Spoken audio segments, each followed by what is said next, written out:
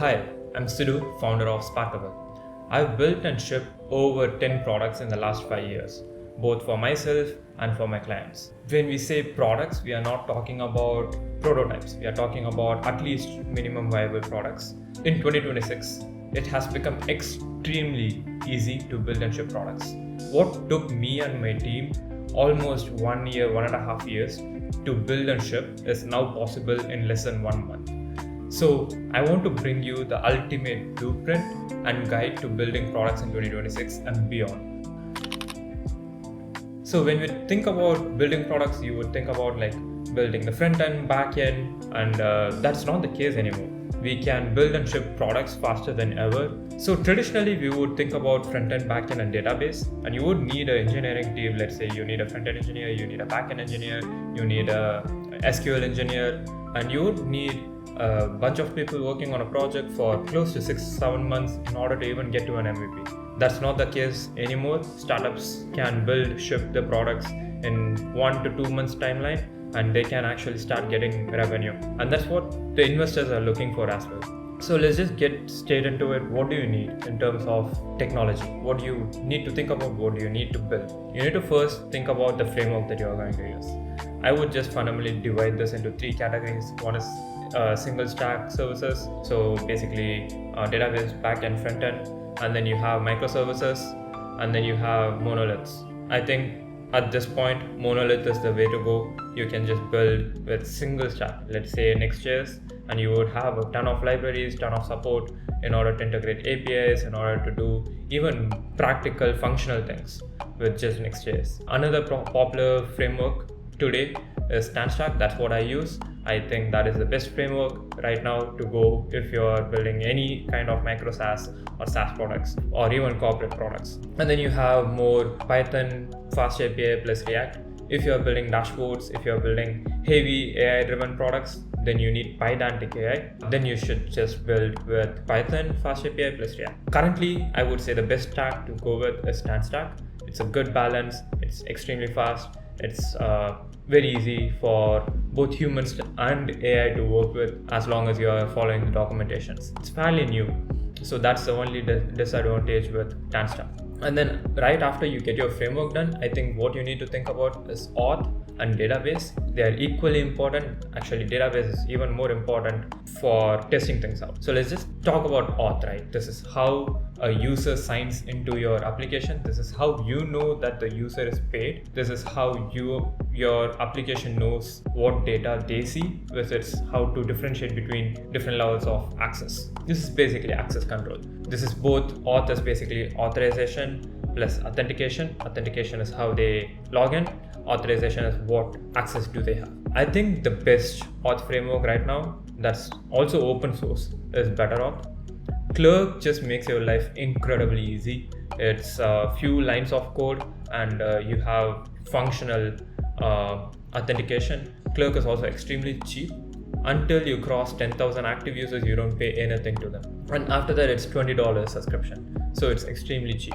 Then you have WorkOS. I personally haven't worked with it, so I don't have much to say. And then you also have the traditional OAuth methods. So I think GCP, Google Cloud Platform, Azure, everyone provides OAuth. But right now, if I had to choose, I would just go with Clerk. In terms of database, I am a personally big fan of PostgreSQL because it's open source. I can run it locally. I can also send the data to others in order to test and run between internal teams. We can also use Postgres to test different types of data. Recently, I just tried Convex, and I don't think I will start any project with PostgreSQL. Convex just makes it insanely easy to integrate with your database. It's very tricky to tell how this works, but what you code is directly related to the database. You never need to run an SQL query. You never need to do any data manipulation or like build the table,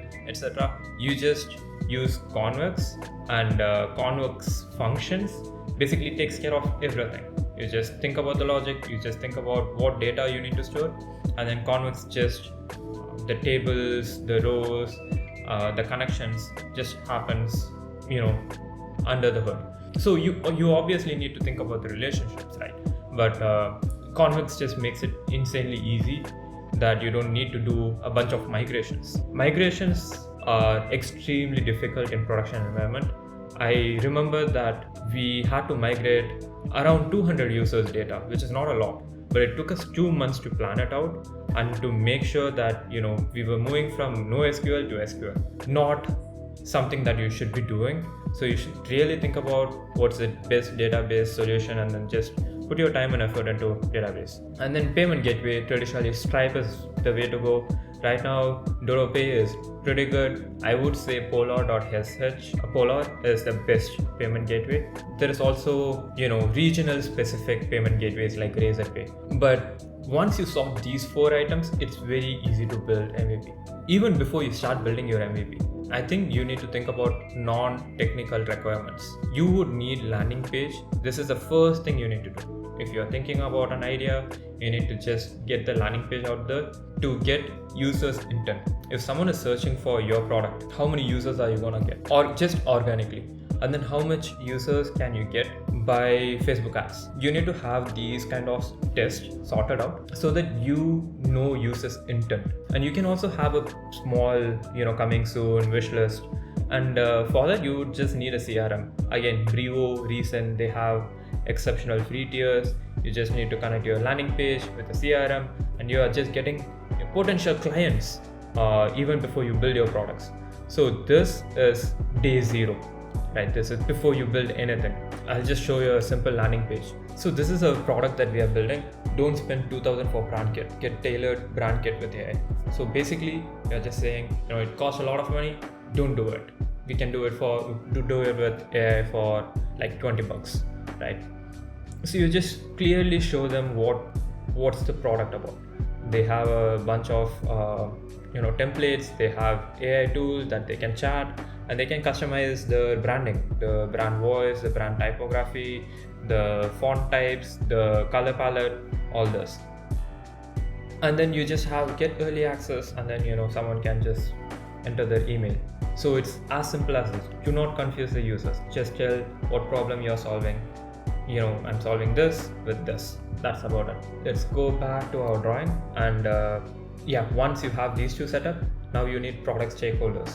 Who are the products stakeholders, right? Potential users, whoever is coming to your website, whoever is having this problem. And then you need advisory members who gets you warm introductions, but they also double confirms all the technical decisions or even non-technical decisions that you make. They are an extremely important feedback loop. Both are an extremely important feedback loop because ultimately users are the one who is paying you. Advisory members gets you the introductions, knocks on the right doors. So you need both potential users and advisory members. Advisory members could be friends or colleagues from previous companies, but it's important to get your product idea out there before you build the product. Okay, and the next point I want to talk is, people think about building MVPs and then they start with designing in Figma. I don't think that is necessary anymore. I think if you're designing in Figma and then you have the entire workflow sorted out, you just think workflow A, workflow B, they come here, they go here, they go here.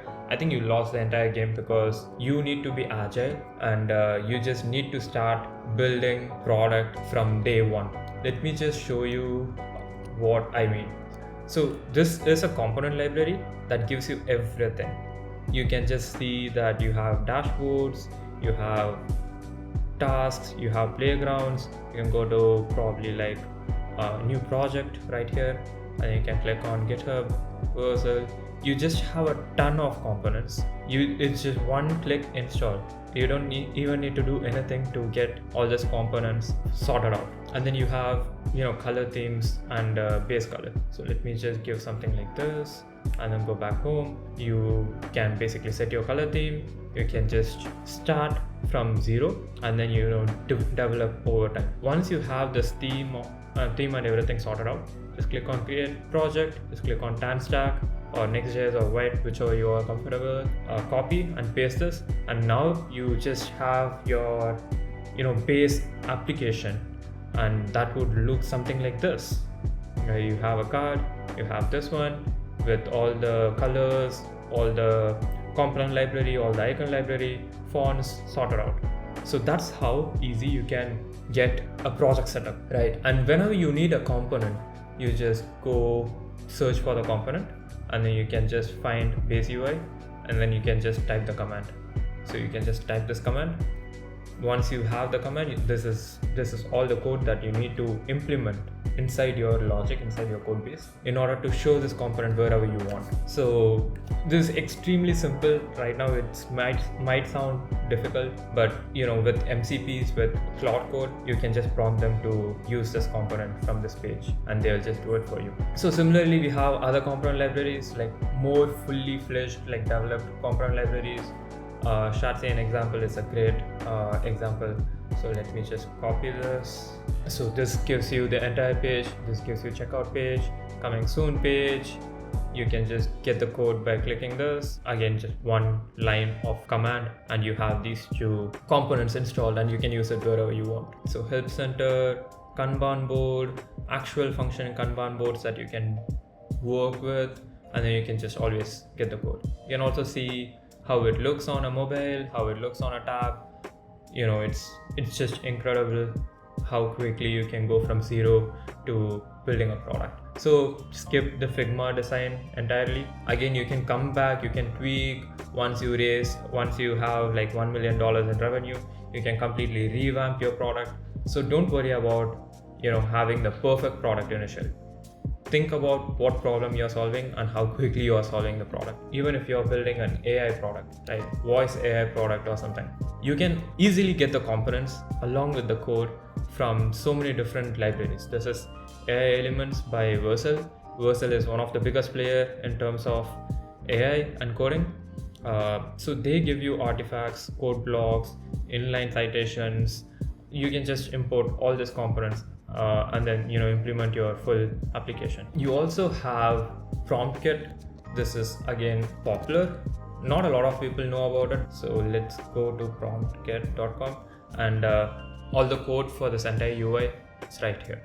This is all the code that you need. Chain of thoughts, chat containers, code blocks, feedback bar, file upload, images, markdowns, messages. You have everything you need in order to build your AI application. That's just going to save you a lot of time. These are also customizable, right? You can start from this. You can make them more rounded. You can make them more squared. You can change the color. You can tweak every single aspect of this. So yeah, just go out there, start looking for what's the design going to look like in your mind. Draw them on papers. Like I always like to draw my workflows and UI on paper like this, and that's how we can visualize ourselves and then find the right component libraries. So there's another design that I was doing, and once you have sorted the general layout and design and workflow, then you can think about the libraries that you will need. You do not need to build everything from scratch. If you're building a video engine for educational video engine, then there is something like Remotion. Remotion is, you can just hook up Cloud Code, or you can connect it with Cloud, and then it's basically programmatically generates video. And then there is Reveal.js, which is PPT on steroids. You can use JavaScript to render a PPT. You can use TypeScript to show a PPT. You can even use Markdown to generate a PPT completely. So these are just a couple of examples, but there is a lot of different libraries, and again, you need to start thinking about integrations and libraries before you even start building out your product. We were talking about a very important point here, which is non-technical landing pages, right? You can code it, you can get a template, but these are incredible websites, and you can even build award-winning sites with Framer, Landing Folio, Navbar Gallery awards. So let me just open Framer.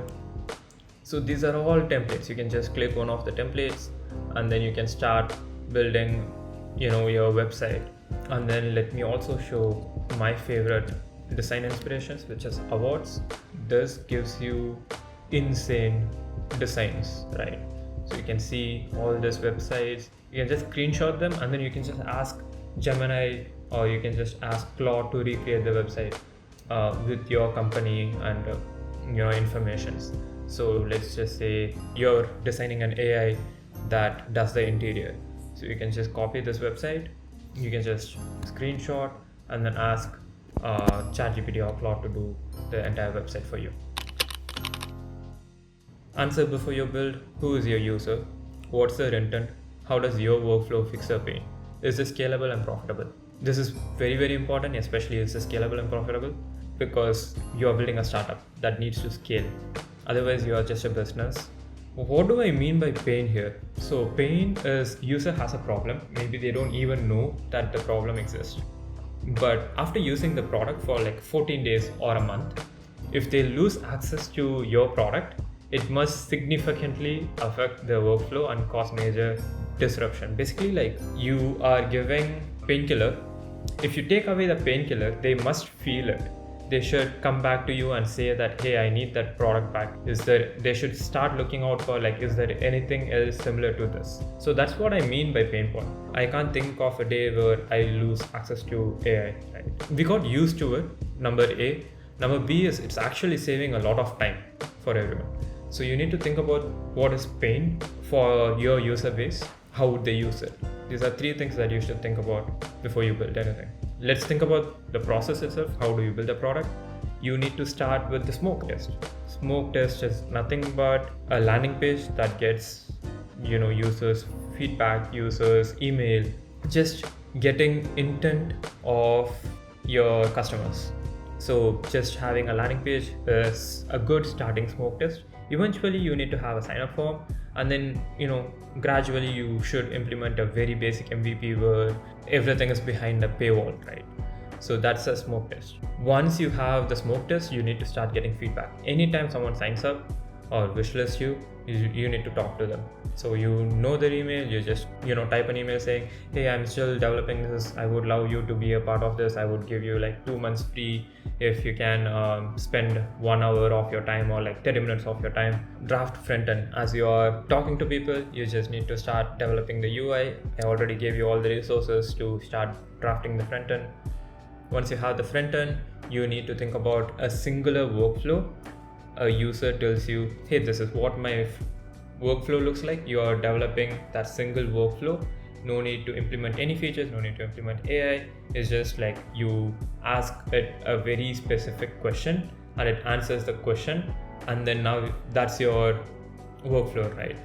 You make it do one thing once exactly as the user would want it to use it. Once you do that, then you just implement auth. This can be done in a later stage also, but I personally just think it's good to implement auth before you start implementing functional features. So whatever you did with single workflow, you're just going to make sure it works consistently for all the questions. So you're just implementing functional features at this point. And that's your core feature, right? That's just one feature that you're gonna make sure it works all the time. Finally, you just do integration with your database. So your users, your functions, your data, all that is like stored, saved properly. And again, I think the step number 4, 5, 6 can like go around a bit. And then once you have, some kind of MVP at this point, you should launch, right? You should launch into beta. Don't think about the pricing. Don't think about, how you're going to get your payments done, right? First few customers, you can give them the credentials, and then or you can give them the login information, and you can even get them to pay you directly. So after your first few customers, then you need to implement something like Razorpay or some kind of Stripe or something, right? Some kind of payment methods. This is all good, but how do you deploy and where do you deploy? So in terms of deployment, these are the options. I think Cloudflare is my favorite right now. Railway is really good when you are developing. I think Cloudflare is still better option when you are in production. Vercel, Netify, if you're just front end heavy, I think Vercel is good. If you're using Next.js, there is no reason to switch to other platforms except for Vercel. The server side rendering is just insane. So yeah, this is so quick and easy to build MVPs from zero and then getting to a point where you are generating revenue, right? Ideally, this should take you 2 months. There is also a big problem with this method because this method is changing so rapidly with AI. This could be done even faster. We did a calculation. We basically just sat down, saw how we built products 1 year ago versus how we build products today. The difference is day and night. Just in terms of the cost, in terms of the timeline. We usually build products on a 3 months to 6 months timeline, minimum timeline, depending on the complexity. Now that is 2 weeks to 1 month. So it's insanely fast to build applications right now. This method is incredibly AI dependent. If the cost of AI increases in the future, then this method will need some kind of huge improvements and changes. But for now, I think this method is probably the best method to build your AI applications from 0 to 1 in less than 2 months at max. So if you have any questions related to MVP development or you need any technical guidance or assistance, check out sparkable.dev page. Thanks a lot for tuning in. I hope this is incredibly useful. You can also get a lot of other documents and relevant materials down below.